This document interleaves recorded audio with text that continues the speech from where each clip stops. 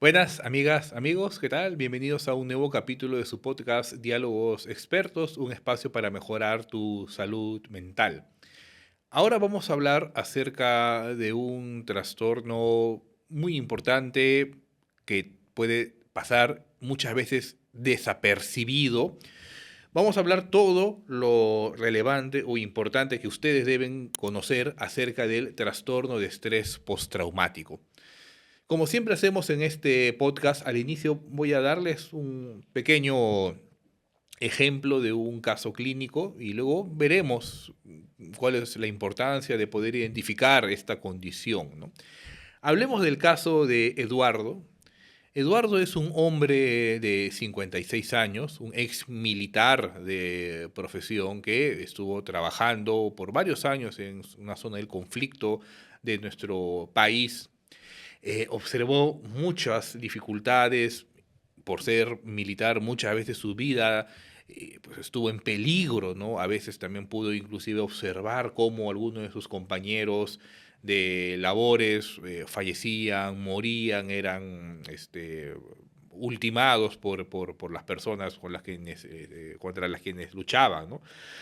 Después de trabajar, cuando ya cesó, se jubiló, Eduardo comenzó a notar un cambio en su estado de ánimo, un cambio en su conducta. Dejó de dormir adecuadamente, comenzó a tener muchas pesadillas acerca de lo que había observado en su periodo de trabajo. No se terminaba de adaptar a la vida civil, le resultó bastante complicado. Y cuando fue a buscar ayuda profesional, pues se le diagnosticó de un trastorno de estrés postraumático. Y pues habiendo visto películas, series, lo que aparece en las redes, pues Eduardo no tenía una idea, un dato clara de qué cosa era un trastorno de estrés postraumático. Y eso pues le generó más dudas, más preocupaciones, más preguntas. Tomando este caso, el caso de Eduardo, vamos a desentrañarlo y vamos a cumplir tres objetivos básicos en este podcast. Primero, informar, dar una visión clara, accesible de qué cosa es el trastorno de estrés postraumático. Como segundo punto, vamos a tratar de corregir algunos malentendidos que pueden existir a la hora de hablar del trastorno de estrés postraumático, los famosos mitos, ¿no? ¿Qué mitos hay acerca del trastorno de estrés postraumático? Y vamos a hablar en un tercer punto acerca de qué intervenciones podemos realizar, qué cosas podemos hacer para poder ayudar a una persona que ha sido diagnosticada de un trastorno de estrés postraumático. Entonces, lo primero es definir qué cosa es el trastorno de estrés postraumático. Como su nombre lo indica, es una situación que se da luego de un trauma. Entonces, lo primero que debemos definir es qué cosa es un trauma. Un trauma es un evento vital estresante en el cual está en juego, se pone en riesgo tu vida o tu integridad como ser humano. Por lo tanto, un trauma es una situación bastante compleja, ¿no? Un accidente grave, formar parte de un accidente automovilístico, estar yendo en un avión y que éste se caiga, ¿no? O sea, es un accidente que tiene o que pudiera tener consecuencias fatales para ti o para las demás personas. O cosas ambientales, naturales, un terremoto, una inundación o desastres humanos como una deflagración. Son situaciones en las cuales corre en riesgo tu vida. Entonces, un trauma es una situación o un evento traumático, es una situación, un accidente en el cual está o se puede comprometer tu vida directamente o la vida de otras personas o también en la cual se te priva de la libertad. Un secuestro es un evento traumático, ¿no? ¿Cuántas veces hemos visto en los medios de comunicación personas que cada vez son más frecuentemente secuestradas, ¿no? ¿Cómo quedarán psíquicamente después de haber atravesado por un evento de esa naturaleza en la cual corría en riesgo su vida? Eso es un evento traumático, ¿no? Entonces, no es una cuestión leve, no es una cuestión simple, un trauma no es cualquier evento. Cualquier evento puede ser estresante, cualquier evento puede generarnos complicaciones, pero no cualquier evento es traumático. Entonces, definamos este trauma como algo de una magnitud mayor a los problemas que encontramos o tenemos en la vida diaria.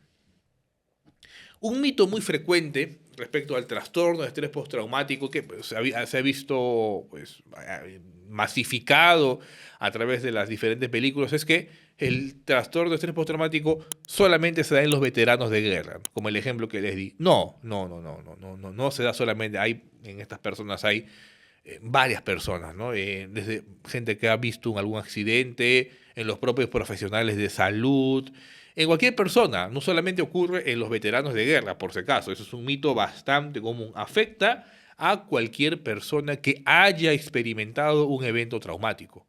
Les comento el caso de otra persona distinta a Eduardo. Esta es una joven enfermera que acudió a la consulta refiriendo que, bueno, estuvo trabajando por varios meses en el área COVID, en el momento más álgido de la pandemia, y ella, pues sabemos muy bien lo difícil y lo complicado que fue tratar o trabajar en estas condiciones en las cuales pues muchas personas fallecían, ¿no? Y ella vio muchos fallecimientos y la observación directa de estos fallecimientos pues también es un evento traumático. Doctor, yo todas las noches sueño con las voces de las personas que estaban enfermas por la COVID. Ahora ya ni siquiera quiero ir al hospital porque siempre que paso por ahí recuerdo todo esto que ocurrió y me genera mucho sufrimiento, ¿no? Entonces puede darse en cualquier persona, no solamente en veteranos de guerra.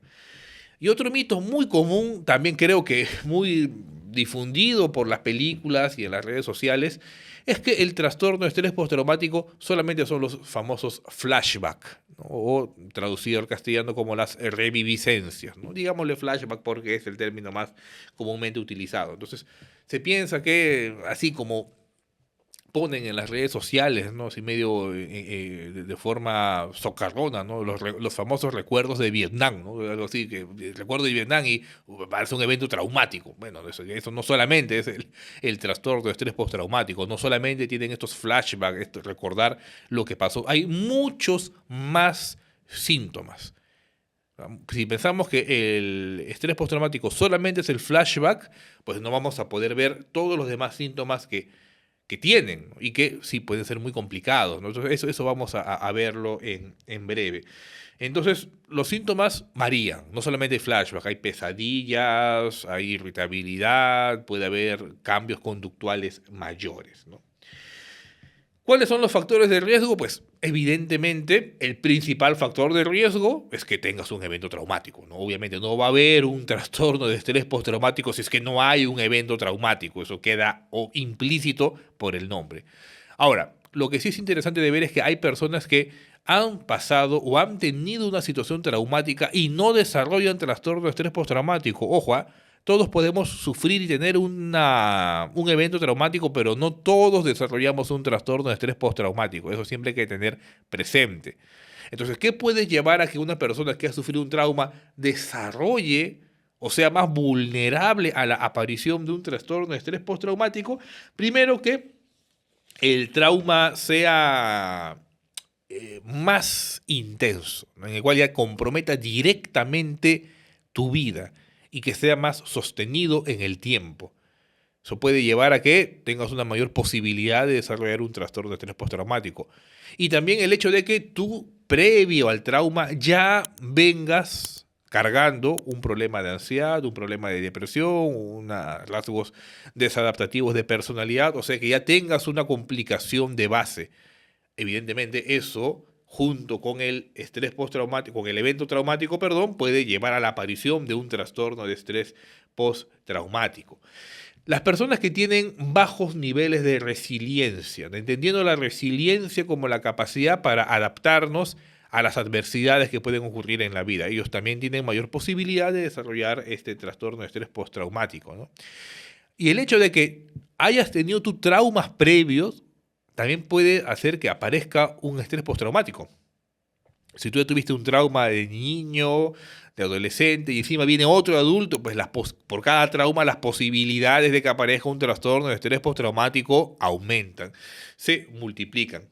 Y muy importante, que no haya un adecuado apoyo social, no haya un adecuado apoyo familiar, un aislamiento.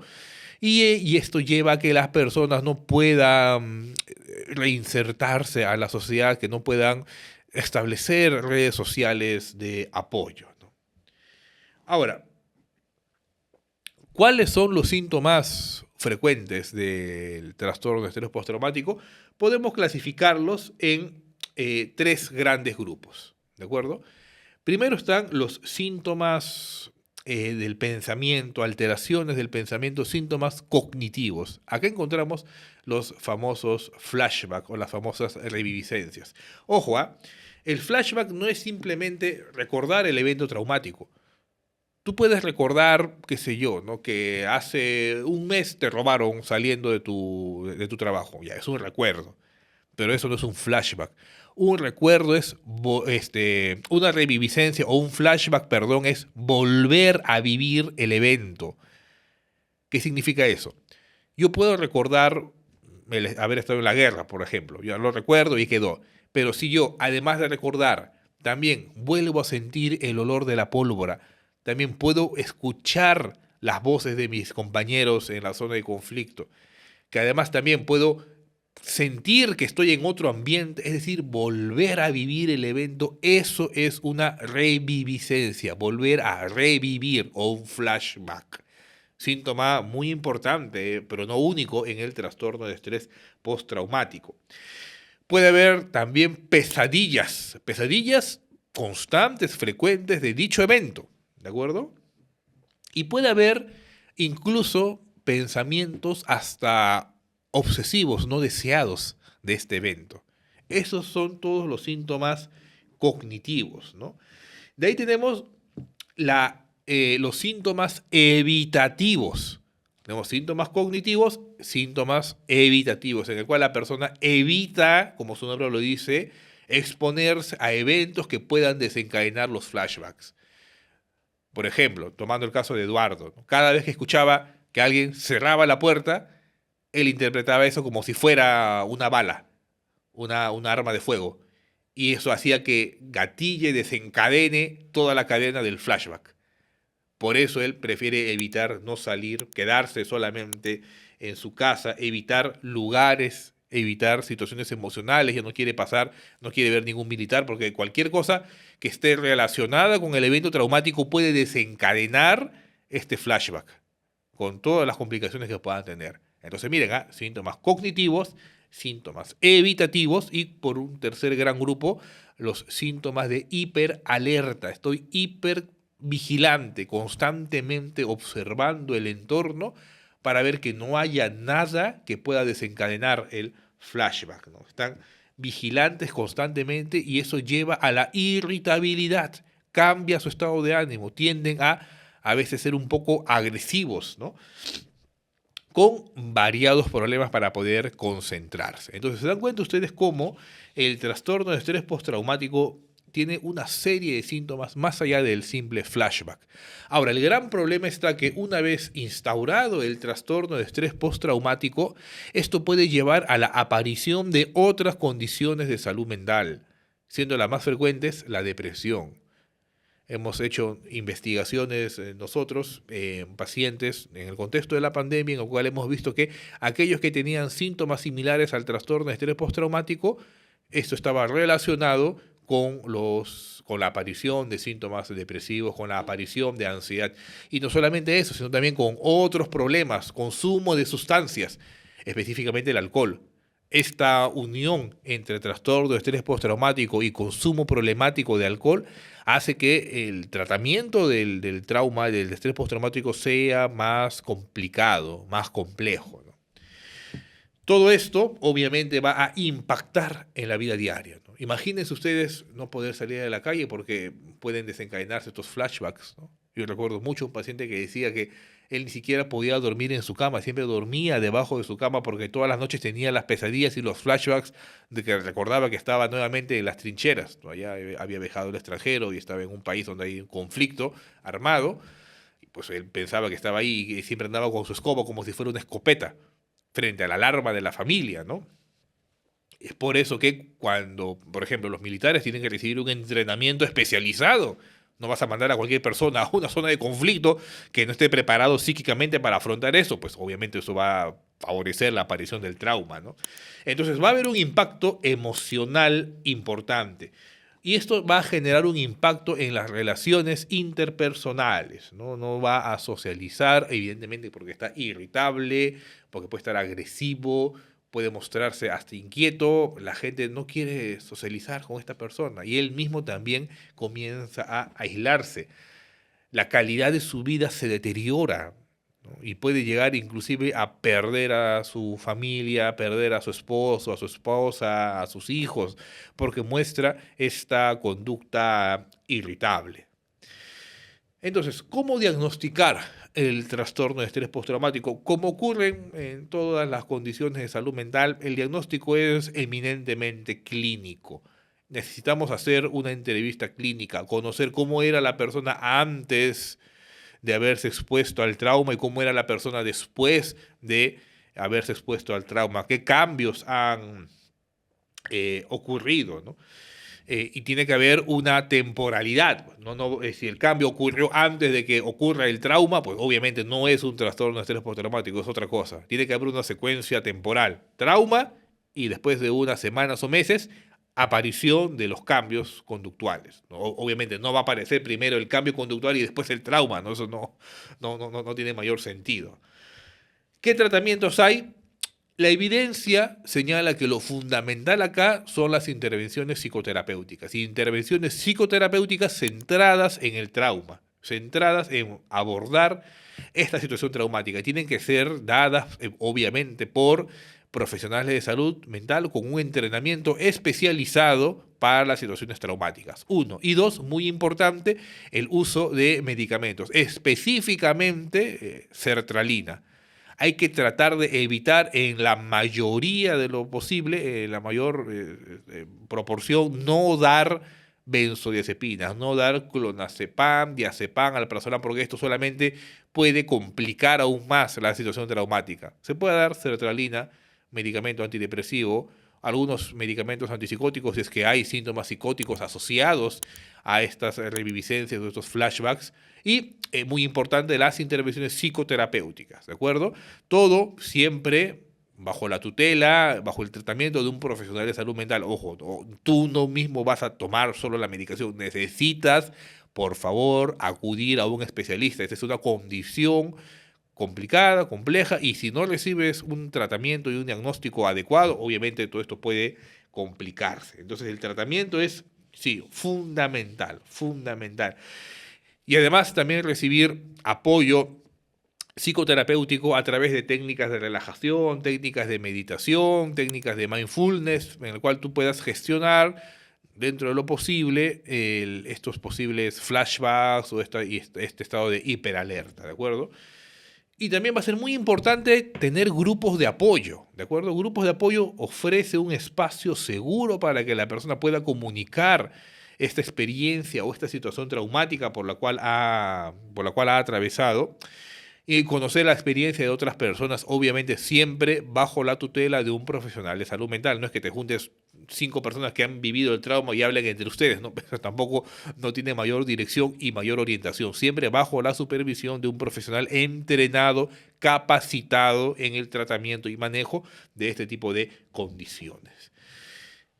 Amigas, amigos, espero que esta información les haya sido de utilidad. Si conocen a alguien que esté atravesando por unas dificultades como las que hemos comentado, sería importante que puedas indicarle, pues, de repente reenviarle este vídeo, indicarle que debe recibir ayuda profesional para que pueda mejorar su calidad de vida. Esto no es una cosa de que dependa solamente de la persona, de que échale ganas, olvídate de lo que ha pasado. No, eso ya tiene una inscripción neurobiológica, lo cual hace que sea más complicado y se requieran intervenciones especializadas basadas en la evidencia científica de cosas que van a ser de utilidad. No es simplemente hablarle bonito a la persona, ¿no? Requiere una intervención especializada. Si conocen a alguien, entonces por favor indíquenle que puede recibir ayuda, que la ayuda les va a ser de suma importancia para poder restablecer su vida. Si tuvieran alguna pregunta, alguna duda, Como siempre les digo, acá abajito tienen nuestra cajita de comentarios, pueden hacernos alguna pregunta o contactarnos si es que desean recibir una atención profesional por alguno de los psiquiatras o las psiquiatras de Yachay. Espero que les haya sido entonces de utilidad, amigas, amigos, esta información y ya nos estaremos viendo la siguiente semana. Gracias a todos.